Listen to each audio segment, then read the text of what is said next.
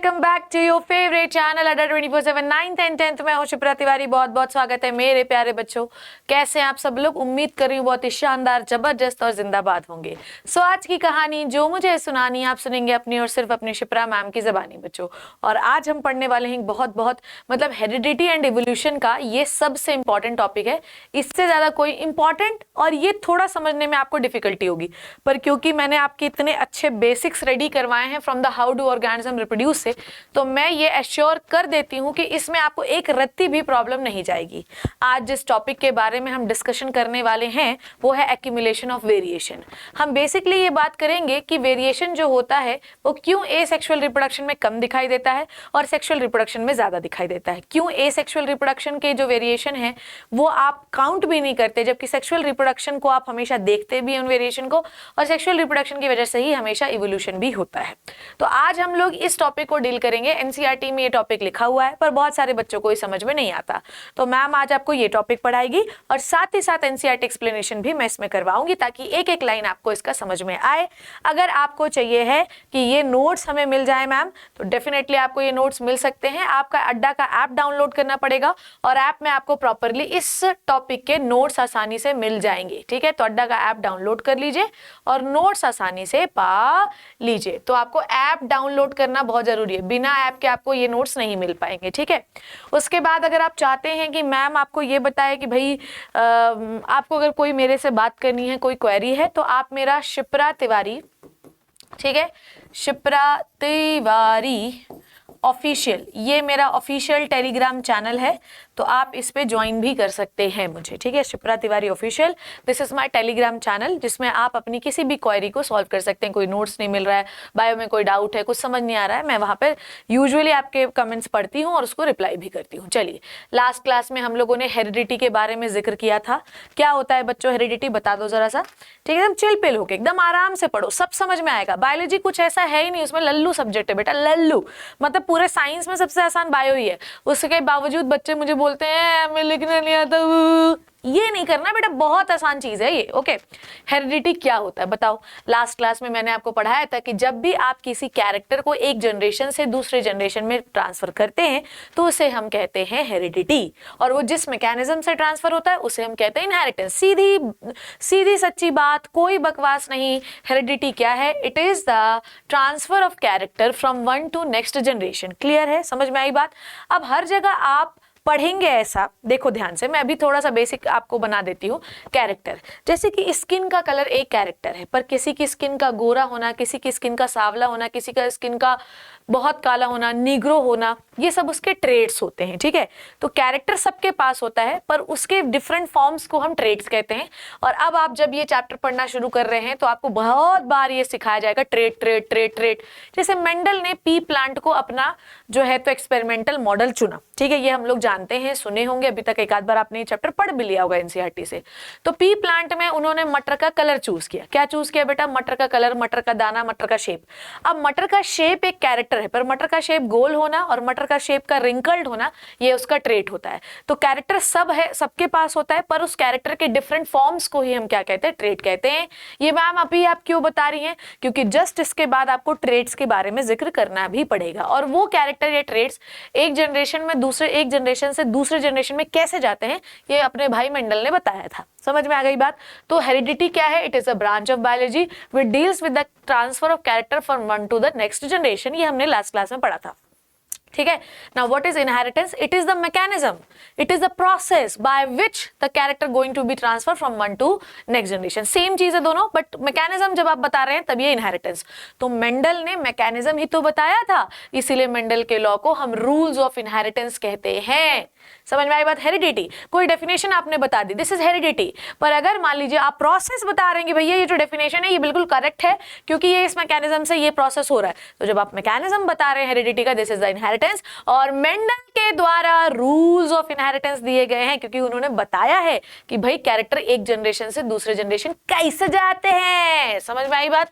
और जब कैरेक्टर एक जनरेशन से दूसरे जनरेशन जाते हैं तो हमेशा कुछ ना कुछ चेंजेस लेके जाते हैं। This is called as variation. तो एक ही माँ बाप के दो बच्चों के बीच में जो चेंजेस होते हैं, it is due to the variation.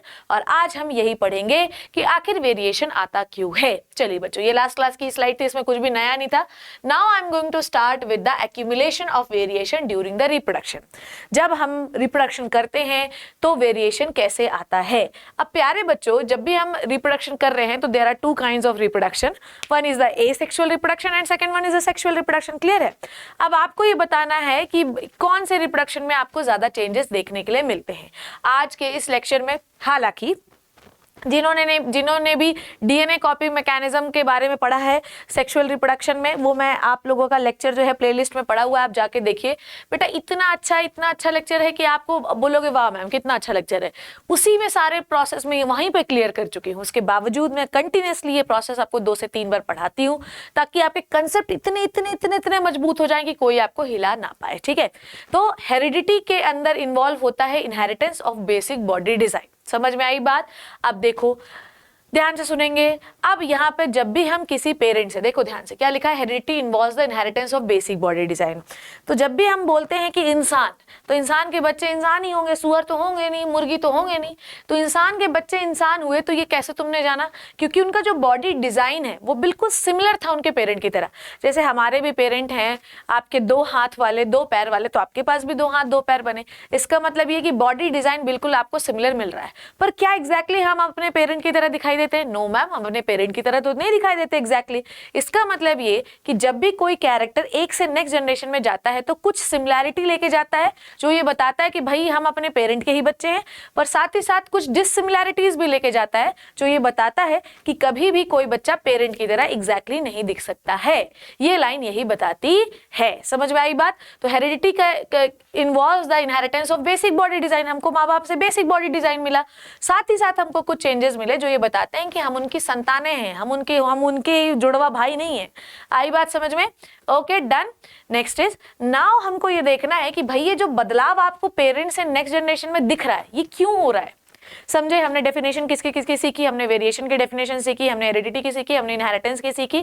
हमने ये देखा कि जब भी कैरेक्टर एक से नेक्स्ट जनरेशन में जाता है तो कुछ सिमिलैरिटी लेके जाता है, कुछ डिससिमिलैरिटी लेके जाता है। अब ये डिससिमिलैरिटी क्या है? ये है वेरिएशन, बदलाव। आज हम ये पढ़ने वाले हैं कि वेरिएशन आता कैसे है। क्लियर है? चलो बच्चों, सब लोग अपनी एनसीईआरटीज खोल लो। आज का लेक्चर बहुत ही प्यारा होने वाला है। जैसे तुम यही जो मैंने डायग्राम लगाया, ध्यान से देखो। तो ये है फादर को हीमोफीलिया है। हीमोफीलिया एक ऐसी बीमारी है जिसमें ब्लड का क्लॉट नहीं होता, और ज्यादातर ये बीमारी लड़कों को ही होती है, लड़कियों को नहीं होती। लड़कियों को तब होगी जब दोनों एक्स क्रोमोसोम बीमार होंगे, नहीं तो लड़कियों को ज्यादातर ये बीमारी नहीं होती है, ज्यादातर नहीं होती। ठीक? अब देखो, हम जब एक फीमेल जिसको हम कैरियर मान रहे हैं, मतलब उसका एक क्रोमोसोम बीमार है, एक क्रोमोसोम नॉर्मल है, तब बोलेंगे तुम बीमारी ट्रांसफर कर सकती हो पर तुम्हें बीमारी होगी नहीं। पर मेल में ऐसा होता है कि मेल में आपके जब दोनों क्रोमोसोम नॉर्मल होंगे, ध्यान से सुनो, जब दोनों क्रोमोसोम नॉर्मल होंगे तभी आप नॉर्मल कहलाओगे। अगर एक भी क्रोमोसोम गड़बड़ वाला आ गया तो आप बीमार कहलाओगे। ठीक है? फीमेल में दोनों क्रोमोसोम XX गड़बड़ आएंगे तभी बीमारी होगी। अब ये मैं अभी आपको बताने जरूरी नहीं समझ रही हूँ, क्योंकि अभी आपको ये सारे एग्जाम्पल बार बार पढ़ने हैं। तो ये एक फादर है, ये एक मदर है। मदर को कैरियर है, मतलब एक क्रोमोसोम गड़बड़ है। मेल के जो है दोनों क्रोमोसोम गड़बड़ है, मतलब एक क्रोमोसोम गड़बड़ एक नॉर्मल है। मैंने क्या बोला? मेल में अगर एक भी क्रोमोसोम गड़बड़ रहा तो मेल को बीमारी होगी। अब ये दोनों कॉम्बिनेशन में देखो, इनके 4 प्रकार के बच्चे हो सकते हैं। 4 बच्चे हो जरूरी नहीं, पर 4 टाइप का कॉम्बिनेशन हो सकता है। हो सकता है कि सन को बीमारी ना आए, हो सकता है कि ये वाला ध्यान सुनो, हो सकता है कि ये वाला Y क्रोमोसोम इस वाले X क्रोमोसोम से फ्यूज हो जाए जो नॉर्मल था, तो लड़का विदाउट बीमार बने। हो सकता है कि डॉटर फिर से कैरियर बन जाए, हो सकता है कि सन को हीमोफीलिया हो सकता है, डॉटर को हीमोफीलिया हो। तो ये जो आप क्या समझ रहे हैं कि ये लक बाय चांस है। कई बार ऐसा होता है कि बीमारी का जीन पेरेंट से मिल गया तो बच्चा बीमार हो गया, कई बार बीमारी का जीन पेरेंट से नहीं मिला तो बच्चा बीमार नहीं हुआ। जब अगर बच्चा बीमार हुआ है, इसका मतलब ये है कि वो बीमारी का जीन किसके पास था? उसके पेरेंट के पास था, जो उसकी नेक्स्ट जनरेशन में गया। यही तो इनहेरिटेंस है बेटा, यही है ना इनहेरिटेंस, कि पेरेंट्स का जीन बच्चे में जाना, जिससे बच्चे के अंदर वही कैरेक्टर पेयर होना जो पेरेंट के अंदर थे। अब ये भी चांसेस है कि भैया हो सकता है कि इस वाले सन में ना आया, it is luck by chance, पर इसका मतलब ये नहीं है कि ये सन इनका बच्चा नहीं है, इनके पास भैया नॉर्मल वाले जीन आ गए होंगे, नॉर्मल वाले जीन आ गए होंगे तो बच्चा नॉर्मल हो गया होगा। तो आप जो भी बीमारी, जेनेटिक बीमारी, लोग कहते हैं जेनेटिक बीमारियां, तो जो भी जेनेटिक बीमारियां मिलती हैं वो भी इनहेरिटेंस पढ़ने के लिए एग्जाम्पल बड़ा बना सकते हो। भैया जेनेटिक बीमारियों में जीन ही तो ट्रांसफर होता है जिसकी वजह से बच्चा बीमार हो जाता है। यही जो कहानी जेनेटिक बीमारियों में जीन ट्रांसफर हो गया माँ बाप से तो बच्चा बीमार हो गया, यही लॉजिक मेंडल ने बताया था कि जीन एक ऐसा रीजन है जिसकी वजह से आपका जो कैरेक्टर है नेक्स्ट जनरेशन में वो दिखाई देता है। ठीक है, जीन क्या होता है? It is a special segment of the DNA. ठीक है, नाउ देखते हैं। अब हमको पढ़ना है when the individual of this new generation reproduce। ठीक है, ध्यान से सुनो, ध्यान से सुनो, ध्यान से सुनो, आ जाओ आ जाओ आ जाओ आ जाओ आ जाओ आ जाओ आ जाओ। ठीक है, तो हमने क्या देखा? From one to next generation, from parent to offspring. ठीक है, हमारा जो कैरेक्टर होता है वो वन से नेक्स्ट जनरेशन में जाता है और नेक्स्ट जनरेशन जो है अब वो अपने बच्चे पैदा करेगी। ठीक है, जब इंडिविजुअल बच्चे पैदा करता है तो पहला ऑफस्प्रिंग पहले जनरेशन का पैदा होगा, मान लो मैं पहले ऑफस्प्रिंग, फिर मेरे बच्चे पैदा होंगे सेकंड जनरेशन, तो हमारा बॉडी डिजाइन तो सेम ही रहेगा बच्चों। वही बताना चाह रहा है कि हमारा बेसिक बॉडी डिजाइन बिल्कुल सेम रहेगा, 2 हाथ 2 पैर 2 कान 1 नाक 1 मुंह 2 आंखें, सब सेम रहेगा। पर बात यह है कि हमारे दिखने में वो अपीयरेंस जो है वो चेंज हो जाएगा। जैसे कि जैसे मान लो मेरी मदर है, तो मेरी मदर जो है वो मैं उनकी जैसी ही दिखाई देती हूँ, पर उतना ज्यादा नहीं मेरा कैरेक्टर उनसे मैच करता। पर हाँ, कोई देख के बता देगा कि ये इन्हीं की बिटिया है। कैसे समझे? बेसिक बॉडी डिजाइन सिमिलर है, थोड़ा सा नैन नेक्स्ट भी सिमिलर है, पर क्या एग्जैक्टली मैं अपनी मदर की तरह दिखाई दे सकती हूँ? बेटा नहीं दिखाई दे सकती हूँ, क्योंकि जब भी कैरेक्टर जाते हैं नेक्स्ट जनरेशन में तो कुछ ना कुछ माइनर डिफरेंसेस आते ही हैं। ठीक है, ओके, द डिफरेंसेस, तो बेसिक बॉडी डिजाइन तो सिमिलर है, the differences that they inherited from first generation as well as newly developed differences. तो देखो ध्यान से, जैसे कि मेरी मम्मी की मदर रही होंगी, ध्यान से सुनना, जैसे मेरी नानी ने कुछ डिफरेंसेस मेरी मदर को दिए, तो वो डिफरेंसेस के साथ मदर ने अपने डीएनए में थोड़ा सा और डिफरेंस किया और मुझे 2 जनरेशन का डिफरेंस मिला। फिर मैं अपने बच्चे को दूंगी तो मैं 3 जनरेशन का डिफरेंस एक्यूमुलेट करके उसको दूंगी। मतलब आप समझ रहे हो क्या है? बूंद बूंद से हमने एक नया घड़ा भर दिया है। मेरी नानी का डिफरेंस मेरी मम्मी को मिला, मम्मी ने अपना खुद के भी डीएनए में वेरिएशन किया और नानी का डिफरेंस तो उनको मिल ही गया था, फिर उन्होंने मुझे दे दिया। अब मैं अपनी नानी, अपनी मम्मी और मैं अपना तीनों का डिफरेंस मिली के अपने बच्चे को दूंगी। आप क्या समझ रहे हैं? हर जनरेशन में डीएनए में चेंज होता है। मम्मी के डीएनए में चेंज हुआ क्योंकि नानी का डीएनए चेंज हो गया था, फिर मेरे डीएनए में चेंज हो गया क्योंकि अब मम्मी का डीएनए और चेंज हो गया, फिर मेरा डीएनए और चेंज हो गया, फिर मेरी बेटी का डीएनए और चेंज हो गया, फिर मेरे उसकी बेटी का डीएनए और चेंज हो गया। चेंज होते होते होते होते हो सकता है 1 करोड़ जनरेशन के बाद डीएनए बिल्कुल ही बदल जाए और कोई नई स्पीशीज आ जाए जो मेरी नानी से ना मैच कर रही हो। तो आप क्या देखते हैं कि हर जनरेशन में जब डीएनए ट्रांसफर होता है तो कुछ ना कुछ माइनर डिफरेंसेस आते हैं। अब ये नहीं होगा ऐसा कि कल था एक्स और दूसरा बन गया वाई डीएनए, माइनर डिफरेंसेस होते हैं। हो सकता है कि इनकी विजिबिलिटी बहुत कम हो सकता है, दिख भी ना रहा हो आपको वो चेंजेस, ठीक है, पर बात ये है कि वो चेंजेस हमेशा होते ही हैं और नेक्स्ट जनरेशन में जाते फिर और, फिर नेक्स्ट जनरेशन में जाते फिर और, फिर होते होते होते होते कुछ करोड़ों साल के बाद आपको एक नई स्पीशीज मिल जाती है और आप सोचते हैं कि क्या है, तो आप बोलते हैं कि भाई हमारे पूर्वज जो है ये शिप्रा मैडम की नानी है और इन्हीं से डीएनए ट्रांसफर हो रहा था जिसकी वजह से एक नए टाइप का डीएनए बन गया। समझ गए? तो अब ये समझना है कि क्या एसेक्सुअल पेरेंट में ज्यादा डीएनए डिफरेंसेस दिखाई देते हैं, ये सेक्सुअल पेरेंट में ज्यादा डिफरेंसेस दिखाई देते हैं? आइए देखते हैं, ठीक है। तो आप क्या समझे कि नेक्स्ट जनरेशन में डेवलप होता है वेरिएशन, पर वो हमेशा पहले जनरेशन से ज्यादा होता है, मतलब उसकी पहली वाली से ज्यादा होता है, ठीक। एसेक्सुअल रिप्रोडक्शन में हमेशा एक सिंगल पेरेंट इन्वॉल्व होता है, जैसा कि हमको पता है, ठीक है। When a single individual reproduce asexually, अब हम ये देखना चाहते हैं, अब ये हेडिंग हमको ये बताती है कि is that variation arises in asexual reproduction? Is that variation present in asexual reproduction? हमको ये बताना है कि क्या वेरिएशन एसेक्सुअल रिप्रोडक्शन में होता है। मेरी बात आई थिंक अभी तक आप समझ गए हैं कि हर बार देखो बेसिक समझो क्या है, क्योंकि मेंडल का लॉ नहीं समझ में आएगा नहीं तो। हर बार जब किसी के बच्चे पैदा होते हैं तो मैं अपनी मम्मी के डीएनए में वेरिएशन हुआ है जिसकी वजह से मैं ऐसी दिखाई दे रही हूँ, एग्जैक्ट मॉम की तरह नहीं दिखाई दे रही हूँ। मेरी मॉम में उनके नानी के डीएनए में वेरिएशन हुआ जिसकी वजह से, मतलब उनकी मम्मी के डीएनए में वेरिएशन हुआ जिसकी वजह से मेरी मॉम मेरी नानी की तरह नहीं दिखती। फिर उनके डीएनए में वेरिएशन हुआ जिसकी वजह से मैं अपनी मॉम की तरह नहीं दिखती। अब देखो, अगर ध्यान से देखो शिप्रा मैम, आप किसकी तरह ज्यादा दिखोगे? अपनी मॉम की तरह ज्यादा दिखोगी या अपनी नानी की तरह? बेटा मैं अपनी मॉम की तरह ज्यादा दिखूंगी क्योंकि उनके डीएनए से मेरे डीएनए में चेंज हुआ है। ठीक है, अब अगर नानी में देखूं तो नानी का थोड़ा और दूर हो जाएगा, फिर उनकी नानी से मैं अपने आप को मैच करूं? नहीं, क्योंकि हर बार जब आप डीएनए ट्रांसफर करते हैं तो क्या अपीयर होता है? हर बार जब आप डीएनए ट्रांसफर करते हैं तो क्या अपीयर होता है? वेरिएशन अराइज होता है। तो ये बात आपको बहुत अच्छे से अपने दिमाग में घुसानी है बेटा। What is the accumulation of variation? मैं बार बार वही चीज रिपीट कर रही हूँ। What is the accumulation of variation? Accumulation का मतलब होता है कलेक्ट हो जाना। समझ रहे हो बात को? एक्यूमुलेशन का मतलब होता है कलेक्ट हो जाना। जैसे कि तुम एक एग्जाम्पल समझो, ध्यान से सुनो। मान लो कि पहले महीने में मेरे घर में, ध्यान से सुनना, पहले महीने में मेरे घर में 1 किलो राजमा आया। ठीक है, 1 किलो राजमा आया। वो राजमा रेड कलर का था। किस कलर का था? रेड कलर का। ठीक है, उसमें से आधा कटोरी राजमा बच गया। दूसरे महीने में मेरे यहाँ ब्राउन कलर का राजमा आया। मम्मी ने बोला कि भैया रेड कलर के राजमा को भी इसमें मिक्स कर दो।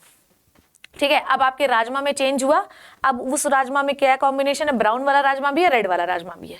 फिर वो मिक्स वाला राजमा और बच गया, आधा कटोरी, ब्राउन वाला और रेड वाला। फिर हमारे पास एक व्हाइट कलर का भी राजमा आ गया। सपोज दैट व्हाइट कलर का राजमा आ गया और मम्मी ने बोला ये जो 2 टाइप के राजमा बचे हैं इसको भी मिक्स कर दो। अब कितने टाइप के राजमा हो गए? 3। फिर एक समय ऐसा आया कि काला वाला राजमा आ गया, तो मम्मी ने बोला आधा कटोरी बचे जिसमें 3 टाइप के राजमा, बेटा इसको मिक्स कर दो। क्या हो रहा है? हो ये रहा है कि जब चौथी बार आप डब्बे को देखेंगे तो उसमें आपको 4 प्रकार के राजमा दिखेंगे। This is the accumulation of variation. Clear है? उसके बाद मान लो 50 टाइप के आपके राजमा थे। लास्ट में जब आप 50वें डब्बे में 50 बार जब आप यही कॉम्बिनेशन कर लेंगे, यही हरकतें कर लेंगे, तो अब आपको समझ में ही नहीं आएगा कि भाई ये जो शुरुआत हुई थी ये रेड राजमा से हुई थी। क्लियर है? आई बात समझ में? और आपके राजमा की पूरी वैरायटीज चेंज हो जाएंगी। यहाँ पर भी ऐसा ही होता है। जब भी किसी, जैसे मान लो कि मैं सेम नानी वाला एग्जांपल लेती हूँ। मेरी नानी को के डीएनए में जो डिफरेंसेस हुए, उसके मेरी नानी के अंदर उनकी माँ के भी डिफरेंसेस रहे होंगे। फिर दोनों के डिफरेंसेस मम्मी को मिले मेरे। फिर मेरी परनानी, मेरी नानी और मेरी मम्मी के डिफरेंसेस मुझे मिले। अब मेरी परनानी, मेरी नानी, मेरी मम्मी और मेरे डिफरेंसेस मेरी बेटी को मिलेंगे। अब बेटा लास्ट में ऐसा हो जाएगा, इतने डिफरेंसेस एक्यूमुलेट हो जाएंगे कि एक नए टाइप का ही डीएनए बन जाएगा और वो जनरेशन बोलेगी कि शिप्रा मैम की परनानी से मेरा कोई मैचिंग है। नहीं है, क्योंकि हर बार जब हम डीएनए को इतना डिफर कर देते हैं तो लास्ट में एक ऐसी जनरेशन बन जाती है कि आपका उसका डीएनए आपके डीएनए से बिल्कुल मैच नहीं होता और इस तरीके से हमें एक नई स्पीशीज मिलती है। और यही इवोल्यूशन है बेटा। This is the evolution. यही तो इवोल्यूशन है। क्यों मैडम हमेशा चिंपैंजी से इंसान बना? क्योंकि चिंपैंजी बार बार रिप्रोड्यूस कर रहा था, सेक्सुअली रिप्रोड्यूस कर रहा था और बार बार उसके डीएनए में चेंज हो रहा था, चेंज इकट्ठा होता जा रहा था, हो रहा था। एक समय ऐसा आया कि भाई चिंपैंजी ने इंसान बना दिया। अब तुम खुद सोचो कि मेरी नानी मेरी मम्मी के बजाय मेरी नानी डायरेक्ट जो है तो किसी और स्पीशीज को जन्म दे, तो क्या ये पॉसिबल है बेटा? नहीं पॉसिबल है। क्योंकि हमेशा जब भी आप अपने डीएनए को चेंज करते हैं तो वो इतना बड़ा नहीं होता कि नेक्स्ट जनरेशन में एक नई स्पीशीज आ जाए। वो इतना माइनर होता है कि हो सकता है कि दिखेगा तो है ही, क्योंकि प्रोटीन तो चेंज हो ही रहा है, पर इतना बड़ा नहीं होता कि एक नई स्पीशीज को जन्म दे दे। अगर मैं एसेक्सुअल रिप्रोड्यूस करने वाले, ध्यान से सुनो, this lecture is only hypothetical lecture, hypothetical नहीं, इट इज प्रूवन लेक्चर जो मेंडल ने प्रूव किया है। आपको समझना है कि हो क्या रहा है। ठीक है, धीरे धीरे चीजें बदल रही हैं और बदलते बदलते बेटा राजा, मेरे प्यारे बच्चों, मेरे आंखों के तारों, इतनी बड़ी हो जाती है कि नई स्पीशीज आ जाती है। अब हमारे पास 2 लोग हैं जो 2 टाइप का रिप्रोडक्शन करते हैं बच्चों। एक होता है एसेक्सुअल रिप्रोडक्शन और दूसरा होता है सेक्सुअल रिप्रोडक्शन। अब आप लोगों ने रिप्रोडक्शन वाले चैप्टर में बहुत अच्छे से पढ़ा है कि एसेक्सुअल रिप्रोडक्शन क्या होता है। जब भी आप एक पेरेंट से 2 बना रहे हैं ऑर्गेनिज्म जो कि बिल्कुल सिमिलर दिखाई दे रहे हैं, this is the asexual reproduction. और जब आप 2 मेल एंड फीमेल गैमीट का फ्यूजन करके जाइगोट से एम्ब्रियो से बेबी बनाते हैं, this is the sexual reproduction. Asexual reproduction में कभी भी 2 प्रकार के पेरेंट इन्वॉल्व ही नहीं होते। एसेक्सुअल रिप्रोडक्शन में हमेशा एक ही पेरेंट इन्वॉल्व होता है। पर चाहे बेटा सेक्सुअल रिप्रोडक्शन करो चाहे एसेक्सुअल रिप्रोडक्शन करो, इससे कोई फर्क नहीं पड़ता, आपका डीएनए पहले कॉपी होगा। अब बात यह है कि इसमें तो एक ही पेरेंट है, तो इसमें जो डीएनए कॉपी होगा वो बिल्कुल उसी पेरेंट का हो जाएगा। पर बेटा मैं वही बता रही हूं आपको बेसिक बॉडी डिजाइन तो सिमिलर होगा, पर जब ये अपना डीएनए कॉपी करते हैं तो इनमें भी डीएनए कॉपी करने के दौरान बिल्कुल माइन्यूट कुंचू सा चेंज हो जाता है। नहीं तो तुम खुद सोचो यार कि एक बैक्टीरिया क्या दूसरे बैक्टीरिया में कैसे बदल जाता है। मैंने आपको लास्ट टाइम जब इंट्रोडक्शन दिया था इस चैप्टर का, तब भी मैंने आपको ये समझाया था कि भाई ऐसा होता है मेरे प्यारे बच्चों कि मान लो कि हमको ओफ्लॉक्सासिन दी गई है एंटीबायोटिक, वो जो है एक्स नाम के बैक्टीरिया को मारने के लिए दी गई एंटीबायोटिक, पर उस बैक्टीरिया ने बार बार रिप्रोडक्शन करके अपने आप को बदल लिया। अब बदल दिया तो वो कोई और ही टाइप का बैक्टीरिया बन गया, और उस पर जब आप एंटीबायोटिक डालते हैं तो वो नहीं मर रहा है। ठीक है, अब बात यह है कि बैक्टीरिया का चेंज आपको इतनी जल्दी क्यों दिखाई दे देता है? क्योंकि रिप्रोडक्शन बड़ा फास्ट है। हमारे में चेंज इतना स्लो क्यों? हमें क्यों मिलियन ईयर लगते हैं एक नई स्पीशीज लाने में? क्योंकि हमारा रिप्रोडक्शन बहुत ही स्लो है, 9 महीना बच्चा पैदा करने में लग रहा है। मेरी बात समझ रहे हो ना? तो चाहे आप बात करें किसी की भी बेटा, चाहे आप एसेक्सुअल रिप्रोडक्शन की भी बात करें, बात यह है कि आपको अपना क्रोमोसोम कॉपी करना ही पड़ेगा। ठीक है, क्रोमोसोम क्या है? इसके अंदर intact form of DNA is called as chromosome. ठीक है, तो ये आपको क्रोमोसोम कॉपी करना ही पड़ेगा। कर लिया क्रोमोसोम कॉपी, इससे आपकी 2 सेल्स बनेंगी, समझे? इससे आपकी 2 सेल्स बनेंगी और दोनों के पास सेम टाइप का क्रोमोसोम होगा। पर क्या मैम ये एग्जैक्टली सिमिलर होगा बेटा? नहीं। जब आप ये प्रोसेस कर रहे हैं तो यहाँ पर there is chances of some percentage of error, chances of some minute percentage of error. जब ये प्रोसीजर आप करते हैं तो कुछ एरर के चांसेस होते ही होते हैं। वो आपको दिखाई नहीं दे बेटा, पर वो होते हैं। हो सकता है क्योंकि रिप्रोडक्शन बड़ा फास्ट है बैक्टीरिया का, तो हो सकता है 6 महीने बाद ये जो है इतना गड़बड़ हो जाए कि ये भैया ये वाला बैक्टीरिया बन के उभर जाए और हम सोचे कि हमें बैक्टीरिया बार बार हमारे अंदर चेंज हो जाता है। बेटा बैक्टीरिया तुम्हारे अंदर चेंज इसलिए हो रहा है क्योंकि तुम उसको खाने के लिए न्यूट्रिशन दे रहे हो, बार बार रिप्रोड्यूस किया जा रहा है। क्लियर है? तो एसेक्सुअल, अब देखो बेसिक बॉडी डिजाइन सबका गोल ही है। बेसिक बॉडी डिजाइन में कोई चेंज हुआ है क्या? नहीं, पर डीएनए चेंज हो रहा है। डीएनए चेंज होते होते एक समय ऐसा आ गया कि बैक्टीरिया का बेसिक डिजाइन सिमिलर रहा, पर उन्होंने एक्सप्रेशन चेंज कर दिए। ठीक है, ग्रीन कलर का मैंने बना दिया क्योंकि अब वो जो है दूसरे टाइप का इंफेक्शन करना शुरू कर चुके हैं, क्योंकि वो बदल गए हैं डीएनए कॉपी होने से। तो ये बात आपको समझनी है कि एसेक्सुअल रिप्रोडक्शन में आपको बदलाव ना के बराबर होगा, पर वो ना के बराबर भी बदलाव एक समय के बाद एक नया टाइप का बैक्टीरिया बनाने के लिए रिस्पॉन्सिबल है।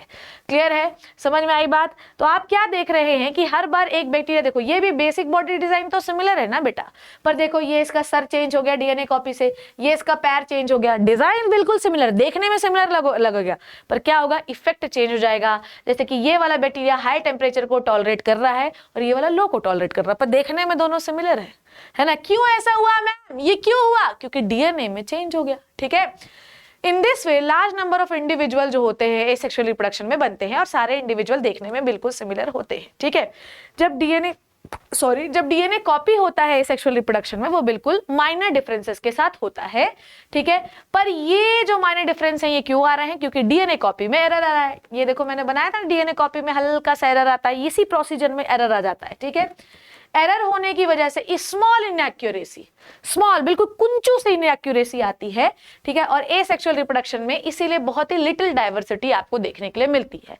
पर बात यह है कि मैम हमें तो ये तो पता चला है कि कोरोना वायरस जो होता है तो जल्दी बदल जाता है, हमें तो ये पता चला मैम कि भैया बैक्टीरिया जल्दी बदल जाते हैं। बेटा बैक्टीरिया जल्दी इसलिए बदलते हुए दिख रहे हैं क्योंकि उनका रिप्रोडक्शन रेट बहुत ज्यादा है।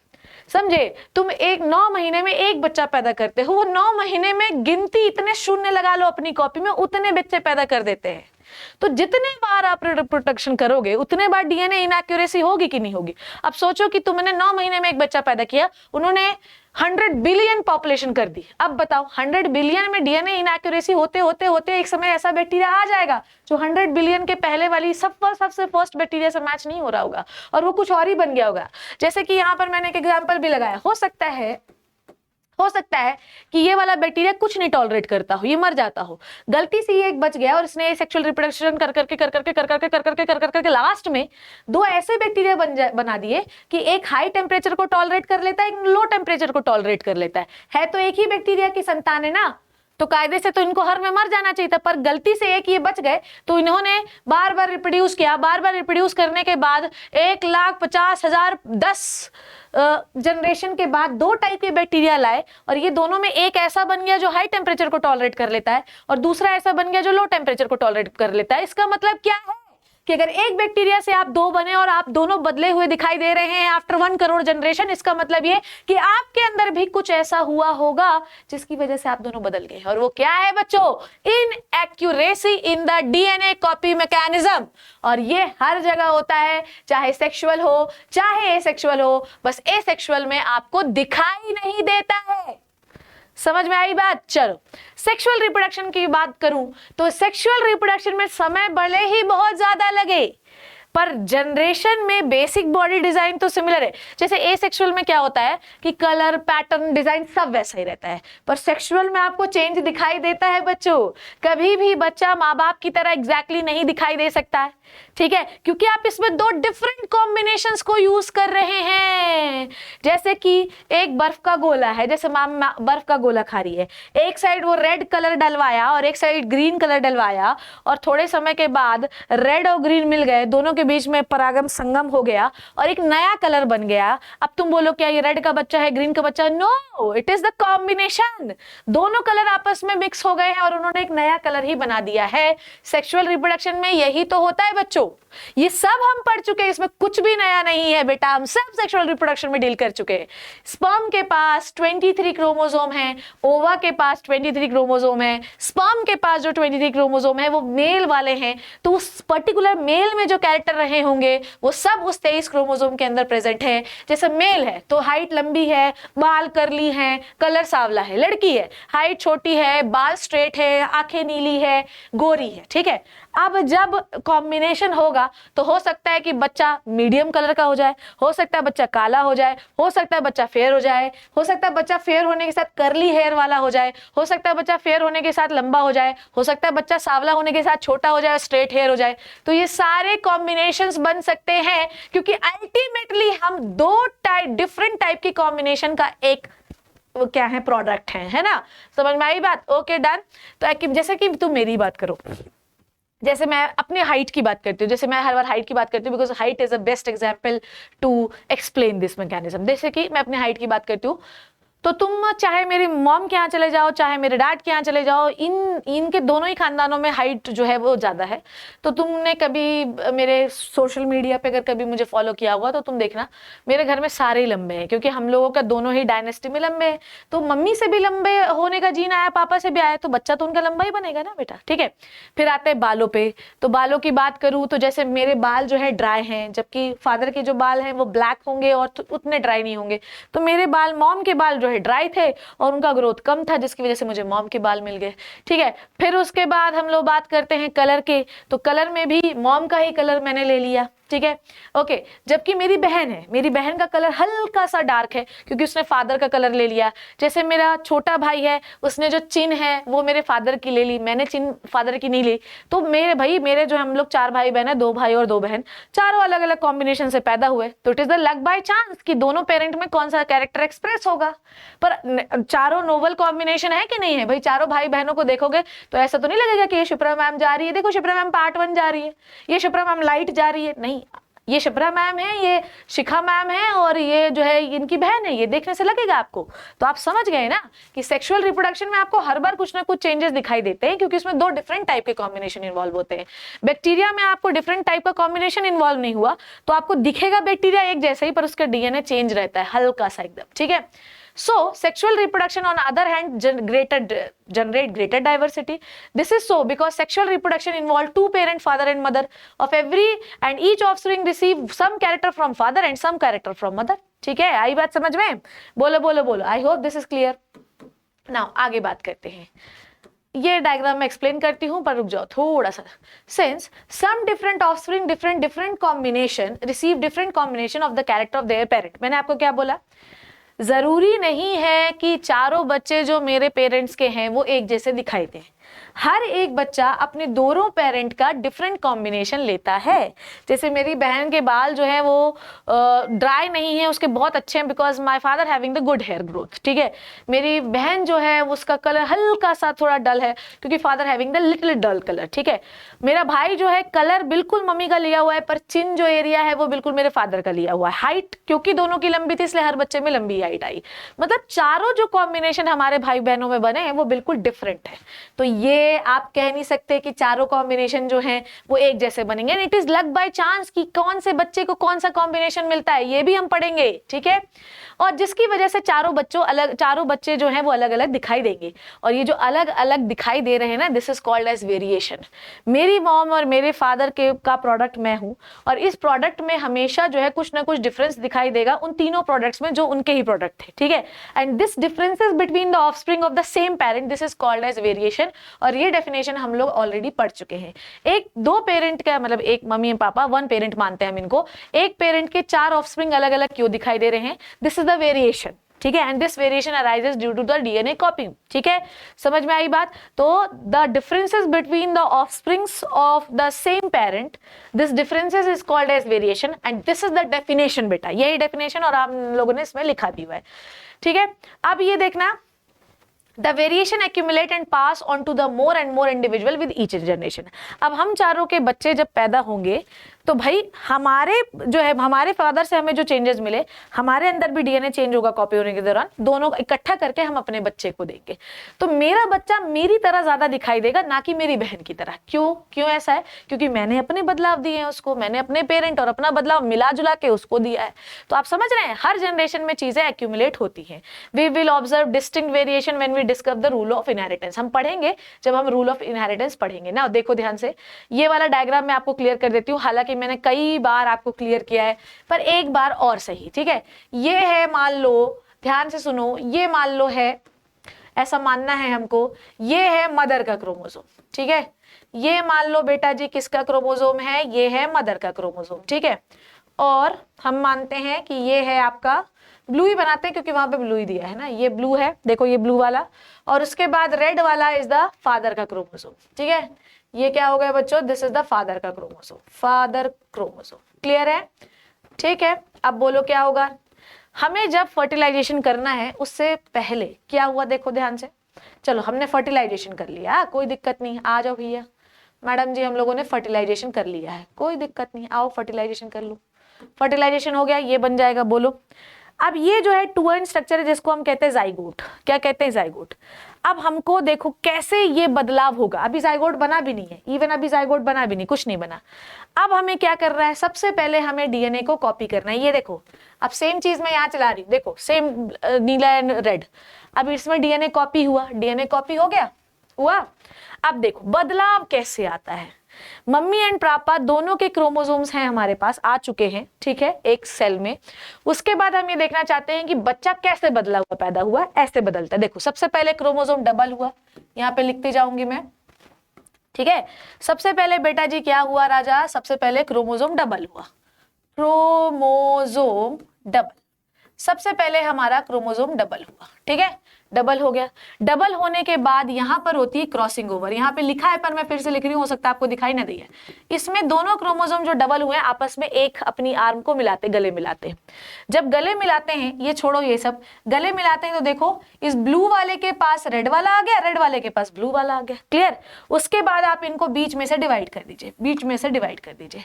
अब आपके पास ये क्या बन गए हैं, चार गैमीट, क्या बन गए हैं, चार गैमीट, ठीक है। समझो बात को, मेरी बात ध्यान से समझना। तो ये आपके चार प्रकार के कॉम्बिनेशन बने, बोलो ये चार प्रकार के कॉम्बिनेशन बने कि नहीं बने। और ऐसे ही चीजें बदलती हैं बच्चों, ऐसे ही चीजें हमारी बदल जाती हैं, ठीक है। आई बात समझ में कि नहीं आई, ठीक है। देखो मान लो ये बात आई थिंक आपको क्लियर हो गई है। तुमको पता है मैंने आपको क्या बोला कि हर बार जो आपके पेरेंट होते हैं उनके बच्चे चारों अलग अलग क्यों बने, क्योंकि चार अलग अलग टाइप के गैमेटिक कॉम्बिनेशन है। जैसे मान लो कि ये है स्पर्म मदर सेल, ये छोड़ो स्पर्म मदर सेल है, इसके पास स्पर्म मदर सेल है मतलब 2n है, 2n है मतलब एक रेड वाला क्रोमोसोम एक ब्लू वाला। अब इन दोनों ने, ये एक्चुअली पीछे वाला गैमीट वाला ही था सेम, ठीक है। अब इन्होंने क्रोमोसोम को अपने डबल कर लिया, डबल करने के बाद क्रॉस ओवर कर लिया, क्रॉस ओवर कर लिया तो क्या देखा, देखो रेड वाले के पास ग्रीन वाला, ग्रीन वाले के पास रेड वाला। उसके बाद बीच से फाड़ दिया तो एक को रेड और ग्रीन मिक्स वाला मिला, एक को रेड वाला मिला, एक को ग्रीन और रेड मिक्स वाला मिला, एक को ग्रीन वाला मिला। तो ये भी चार प्रकार के स्पर्म बने हैं। तो भैया मान लो कि अगर आपका ओवा येलो वाला हुआ और उसके पास ये वाला क्रोमोसोम आ गया, ठीक है, तो कैसा कॉम्बिनेशन बनेगा बताओ, red having the blue combination, यही बनेगा, बोलो ठीक है, इस तरीके से आपके कॉम्बिनेशन हमेशा बदलते रहते हैं। क्लियर है? आपके पास 4 डिफरेंट प्रकार के गैमीट बने, 4 डिफरेंट टाइप के गैमीट बने, 4 डिफरेंट प्रकार के स्पर्म बने। अब ये चारों स्पर्म जब एक ओवा से जाके फ्यूज करेंगे, एक ही करेगा। तो अब आप मान लो ये वाला कभी कर लिया, मान लो ये वाला कभी कर लिया, मान लो ये वाला कभी कर लिया, जिसकी वजह से हमको हमेशा हर बार कैरेक्टर डिफरेंट मिलते हैं। भैया ओवा में का भी क्रोमोसोम हर बार एक जैसा थोड़ी रहेगा, वो भी बदलता रहेगा। इसकी वजह से हर बार बेटा, हर बार आपको डिफरेंट कॉम्बिनेशंस मिलते हैं। ठीक है, ये वाला भी जो मैंने आपको मदर एंड फादर वाला बताया, ये भी एक्चुअली गैमीट का ही फॉर्मेशन है। देखो ये भी एक्चुअली गैमीट का ही फॉर्मेशन है। देखो देखो क्रोमोसोम डबल हुआ, दोनों ने गले मिलाया, आपके पास 4 प्रकार के गैमीट बने, सेम 4 प्रकार के स्पर्म बने, तो 4 प्रकार के ओवा भी बने होंगे, जिसमें 3 प्रकार के ओवा तो मर जाते हैं, एक ही बचता है। अब वो आपका लक बाय चांस है कि आप किस स्पर्म से फ्यूज कर लेते हैं। ठीक है, जिसकी वजह से हर बार आपको नोबल कॉम्बिनेशन मिलता है और कोई किसी से मैच कभी भी नहीं करेगा। ये बात याद रखना है आप लोगों को। ठीक है, तो आप समझे कि क्यों बदलाव हुआ, क्योंकि डिफरेंट प्रकार का हर बार गैमीट डिफरेंट प्रकार के गैमीट से फ्यूज करता है और इसकी वजह से हमेशा हर बार बच्चे में नए कैरेक्टर आते हैं। सेक्सुअल रिप्रोडक्शन में वेरिएशन क्यों अराइज होता है, ये भी हम लोग एक बार समझ लें। ठीक है, समझ में आई बात? देखो हमेशा ये याद रखना कि वेरिएशन का सबसे बड़ा कारण है मियोसिस डिवीजन होना। मियोसिस स्पर्म एंड ओवा में होता है, इसीलिए वेरिएशन फर्टिलाइजेशन के बाद ही आता है। आइए सेक्सुअल मियोसिस क्या है मैम, प्लीज रिप्रोडक्शन का लेक्चर लगा लीजिए आप लोग। ठीक है, सेक्सुअल रिप्रोडक्शन में वेरिएशन कॉज्ड बाय क्यों होता है बताओ? क्योंकि हर बार चारों गैमीट अलग अलग प्रकार के बनते हैं, पहला वेरिएशन का कारण ये है। दूसरा, जब गले मिलते हैं तब वेरिएशन हो जाता है। तीसरा, जब दोनों स्पर्म एंड ओवा फर्टिलाइज करते हैं तब भी सेम गले मिलेगा। दोनों हर बार जब गैमीट बनता है तब भी गले मिलते हैं, जब स्पर्म का क्रोमोसोम एंड ओवा का क्रोमोसोम आता है तब भी दोनों आपस में गले मिलते हैं, तो भी वेरिएशन का कारण हो सकता है।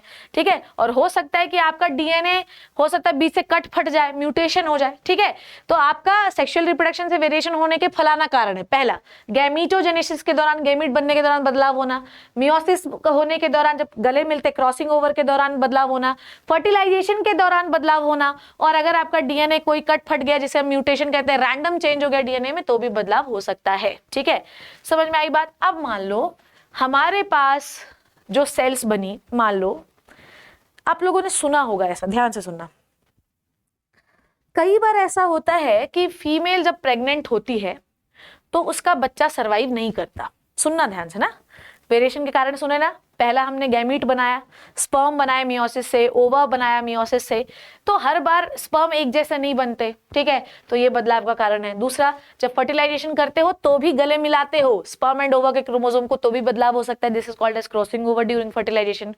और कैसे बदलाव है, डीएनए बीच में से कट गया तो भी बच्चा बना, वो डिफेक्टेड बना, ये भी तो बदलाव ही है। ठीक है, तो ये सब कारण है जिसकी वजह से वेरिएशन अराइज होता है ड्यूरिंग द सेक्सुअल रिप्रोडक्शन।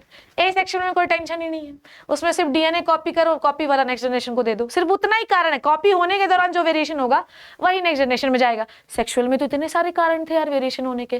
ठीक है, अब सुनो, कभी कभी आपने सुना होगा कि जो मदर प्रेग्नेंट होती है उसका बच्चा 3 महीने के बाद या 2 महीने के बाद अपने आप एबॉर्ट हो जाता है। कुछ नहीं हुआ, एबॉर्ट हो गया बच्चा। तो डॉक्टर से वो लड़की पूछती है कि भाई मैडम क्यों नहीं, या सर मेरा क्यों नहीं बच्चा सर्वाइव कर पाया? तो डॉक्टर ये कहता है डिफेक्टेड फर्टिलाइजेशन है। इसका मतलब समझते हैं, जरूरी नहीं है कि जो फर्टिलाइजेशन हो रहा है वो सही क्रोमोसोम वाले से हो रहा है। हो सकता है कि एक डिफेक्टेड स्पर्म एक सेल से 4 स्पर्म बन रहा है, कितने मिलियन ऑफ स्पर्म होते हैं। हो सकता है कि ओवा से वो वाला स्पर्म फर्टिलाइज किया हो जो डिफेक्टेड हो सकता है नॉर्मल स्पर्म से डिफेक्टेड ओवा फर्टिलाइज कर दिया हो। तो जो बच्चे बन रहे हैं उनका सेल डिवीजन कुछ समय तक तो होगा, उसके बाद रुक जाएगा। तो लोग ये कहते हैं कि जितने बच्चे बनते हैं उसमें सारे सर्वाइव कर जाएं। दिस इज नॉट द प्रकृति के अकॉर्डिंग। हो सकता है कि 4 बच्चे बने उसमें एक ही सर्वाइव कर पाए, 3 बार डिफेक्टेड फर्टिलाइजेशन हो गया। It is luck by chance बेटा, it is luck by chance. जो फिट फर्टिलाइजेशन होगा, जो अच्छा होगा, अच्छे स्पर्म के साथ फर्टिलाइजेशन होगा, वही नेक्स्ट जनरेशन में सर्वाइव करेगा, नहीं तो सारे खत्म हो जाएंगे। क्लियर है? So all the variation in a species do not have equal chances of surviving in the environment, जो कि जनरेट होते हैं। तो कुछ समय तक तो बच्चा रहेगा, उसके बाद अपने आप अबॉर्ट हो जाएगा। Depending on the nature of variation different individual have different kind of advantage. ये डिपेंड करता है भैया, देखो अगर आप सर्वाइव कर पाए मतलब आपके अंदर कुछ ना कुछ अच्छी क्वालिटी रही होगी जिसकी वजह से आप सर्वाइव कर पाए, आपके पास अच्छे स्पर्म अच्छा हुआ, फर्टिलाइज हुआ। ठीक है, फॉर इंस्टेंस एग्जाम्पल के लिए आप देख सकते हैं कि एक ही बैक्टीरिया के दो बच्चे, ठीक है, कुछ हीट में सर्वाइव कर पाते हैं, कुछ नहीं कर पाते। जो सर्वाइव कर पाए वो हमेशा अपनी पॉपुलेशन हीट में बढ़ाते रहेंगे और एक समय ऐसा आएगा कि भयंकर वाली हीट उनको पसंद होगी। हो सकता है कि कुछ बैक्टीरिया कोल्ड को सर्वाइव कर पाए। तो इट इज डिपेंड कि जो लोग सर्वाइव कर पाते हैं वो इसलिए सर्वाइव कर पाते हैं कि भाई उनके पास बेटर क्रोमोसोम का कॉम्बिनेशन मिला। एसेक्सुअल रिप्रोडक्शन में इनके पास रैंडमली डीएनए कॉपी होने के दौरान कुछ ऐसे जीन्स मिल गए जिसकी वजह से ये एडवर्स कंडीशन में सर्वाइव कर पाते हैं। भाई एक बैक्टीरिया कितनी पॉपुलेशन बनाता है पर सिर्फ 2 ही क्यों जिंदा रहे? क्योंकि इनके पास luck by chance DNA copy होने के दौरान बहुत अच्छा वाला जीन मिल गया जिसकी वजह से सर्वाइव कर पाए। In other words, environmental factors select the variants। ठीक है, even environmental factors select the variation का मतलब ये होता है कि जो environment होता है वो बेस्ट होता है, उसी को सिलेक्ट करता है। और यही कारण है इवोल्यूशन का भी। मान लो एक बैक्टीरिया, देखो यही एग्जांपल आपके एनसीईआरटी में दिया हुआ है and I am going to read out the NCERT. ठीक है, देखो एनसीईआरटी बूटी, बाबा जी की बूटी, ध्यान से सुनो। एक बैक्टीरिया, चलो यही वाला एग्जांपल अपन लेते हैं। हम लोगों ने ये भी पढ़ लिया, हम लोगों ने सेक्सुअल रिप्रोडक्शन में वेरिएशन क्यों होता है समझ गए। गैमीट बनने के दौरान वेरिएशन हो गया, फर्टिलाइजेशन के दौरान वेरिएशन हो गया, डीएनए टूट गया तो वेरिएशन हो गया, है ना। ये सब कारण हो सकते हैं। डीएनए कॉपी होने के दौरान वेरिएशन हो गया। तो सेक्सुअल रिप्रोडक्शन में तो n नंबर ऑफ कारण है, इनके में एक ही कारण है, डीएनए कॉपी होने के दौरान ही वेरिएशन होता है क्योंकि फर्टिलाइजेशन होना ही नहीं इनके में। चलो देखो, inheritance from the previous generation provide both common basic body design. जब हमें प्रीवियस जनरेशन से कुछ मिलता है तो बेसिक बॉडी डिजाइन मिलती है और कुछ चेंजेस मिलते हैं जो नेक्स्ट जनरेशन में जाते हैं। ठीक है, अब आप ये सोचो कि नेक्स्ट जनरेशन भी रिप्रोड्यूस करेगी और साथ में पिछली जनरेशन का भी चेंज लेते हुए नेक्स्ट जनरेशन को देगी। Second generation will have differences that they inherited from the first generation as well as newly created difference. समझ गए? तो मेरे बच्चों में मेरी मम्मी का भी मेरा दोनों का मिलेगा। ठीक है, 9.1 this diagram represent the situation of single individual reproduces। single individual मतलब कौन सा रिप्रोडक्शन है? ये asexual। ठीक है, if one bacterium divides and then they result in 2 bacteria divide again, 4 individual bacteria generated would be similar। देखो 1 से 2 बने, 2 से 4 बन गए, ये देखने में बिल्कुल सिमिलर है। ठीक है, पर क्या ये एग्जैक्टली सिमिलर है? नहीं है, इनके में माइनर डिफरेंसेस दिख रहे हैं। देखो इसका सर लाल दिख रहा है, इसका ग्रीन दिख रहा है, इसका सर लाल जो है इसका व्हाइट स्काई ब्लू कलर का आर्म, इसका पिंक आर्म, इसके में स्काई ब्लू कलर की मेन सेंटर वाली बॉडी, ग्रीन कलर का बेस बन गया है। ठीक है, due to small accuracy of DNA copy. देखो भैया, सेक्सुअल रिप्रोडक्शन में वेरिएशन के बहुत सारे कारण हैं पर एसेक्सुअल में सिर्फ एक ही कारण है, वो है डीएनए कॉपी। तो ये आपके एग्जाम में पूछा भी जा सकता है कि what is the basic difference between the what is the reason of variation in the asexual reproduction? It is the DNA copy. What is the reason behind the variation of the sexual reproducing organism? This is number 1, this is the variation during gametogenesis, number 2 variation during the crossing over, number 3 variation during the fertilization and number 4 variation after the mutation। ठीक है, mutation is a random change of the DNA। asexual reproduction only one कारण है जिसकी वजह से variation होता है, which is the DNA copy। एक ही चीज को 10 बार हो चुका है, प्लीज भगवान के लिए अब तो याद होना ही चाहिए। However, if the sexual reproduction is involved, ठीक है, the greater diversity will generated। why? Because there are n number of chances of variation। भाई asexual reproduction में वेरिएशन क्यों नहीं आता? बिकॉज एक ही कारण है वेरिएशन का, पर सेक्सुअल में इतने कारण है कि कुछ ना कुछ गड़बड़ हो ही जाता है। ठीक है, do all these variants in a species have equal chances of surviving in environment? No. Nature हमेशा उसी बच्चे को सिलेक्ट करता है जो बेस्ट होता है, चाहे सेक्सुअल हो चाहे एसेक्सुअल हो। अगर वो बेस्ट नहीं होगा वो मर जाएगा। ठीक है, obviously not। depending on the nature of variation, different individual would have different kind of advantages। ठीक है, bacteria that withstand in the heat will survive better in the heat wave। ठीक है, जिसके वो बैक्टीरिया जिसको रिप्रोडक्शन के दौरान ऐसे चेंजेस मिल गए कि भाई तुम अच्छे हीट में रिप्रोड्यूस करोगे तो तुम कोल्ड में थोड़ी रिप्रोड्यूस कर पाओगे, तुम हीट वाले एनवायरनमेंट में जाओ, ठीक है। As we discussed earlier, selection of variants by environmental factor forms the basis of evolutionary process.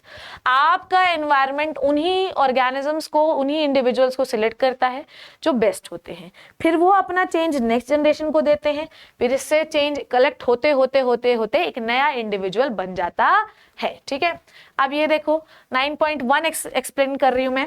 Creation of diversity over the succeeding generation, the original organism at the top will give rise to say two individual similar body design है, but इनमें कुछ ना कुछ थोड़े थोड़े changes दिख रहे हैं, ठीक है। ओके, डन है। और देखो चेंजेस बढ़ते जा रहे हैं, पहले में दोनों नीले थे पर यहाँ पे देखो एक आसमानी कलर का बन गया। जैसे जैसे आप आगे बढ़ते जाएंगे चेंजेस बड़े होते जाएंगे। Okay, now will some of these differences will be unique, आपको देखो ये एकदम डिफरेंस बिल्कुल यूनिक दिखाई दे रहा है। other will be the inherited from the parent who were different from each other, तो बॉडी डिजाइन आपको पेरेंट से मिल रही है जो कि बिल्कुल सिमिलर दिखाई देगी बच्चों, पर ये बात आपको बहुत अच्छे से समझनी जरूरी है कि ये जो बॉडी डिजाइन हर बार आपको सिमिलर ही मिलेगा, पर डीएनए चेंज हो रहा है जिसकी वजह से कुछ ना कुछ आपको ऐसा मिल जाता है जिससे आप एनवायरनमेंट में सर्वाइव कर पाते हैं, ठीक है बच्चों। तो ये था एक्यूमुलेशन ऑफ वेरिएशन। आज के लेक्चर को मैं एक बार समराइज कर देती हूँ कि हमने पढ़ा क्या। हमने ये पढ़ा कि वेरिएशन, हेरिडिटी और इनहेरिटेंस क्या होता है। फिर हम लोगों ने पढ़ा कि सेक्सुअल रिप्रोडक्शन में वेरिएशन कैसे होता है और एसेक्सुअल में वेरिएशन कैसे होता है।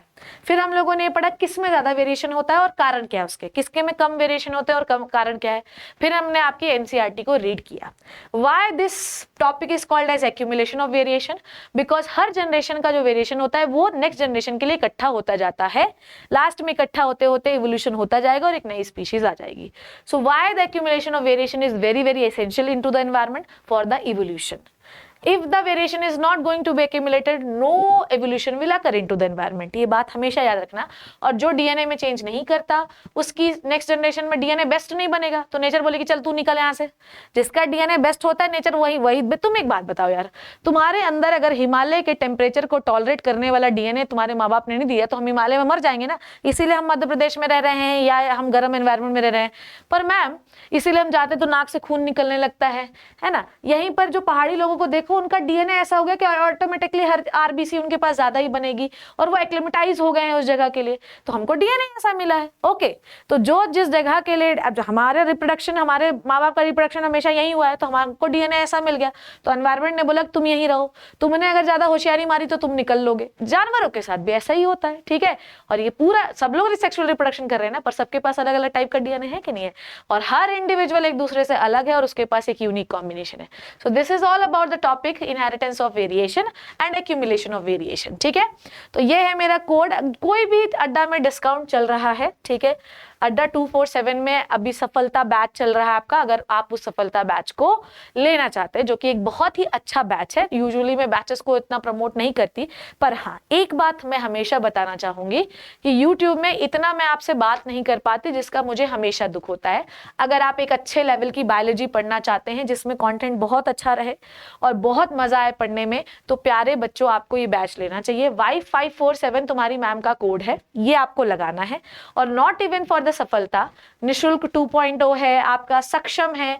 कोई भी बैच अगर आप लेना चाहते हैं अड्डा का, इवन इसके अलावा कोई भी बैच लेना चाहते हैं, तो आपको ये कोड डेफिनेटली यूज करना है ताकि थोड़ी मैम भी तुम्हारी फेमस हो सके, ठीक है। सो दिस इज इट, ठीक है। सक्सेस के क्या क्या आइडिया है पहले सोचिए, उसका आइडिया निकालिए, फिर उसको ट्राई करिए, करते रहिए करते रहिए करते रहिए करते रहिए जब तक आप उसके लिए सक्सेसफुल नहीं हो जाए। बहुत ही अच्छा थॉट है ये, ठीक है। करते रहिए और हमेशा अपना ध्यान रखिए।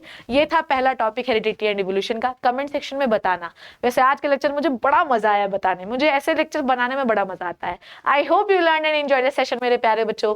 सी you in the next amazing session. तब तक thank you so much, tata and bye.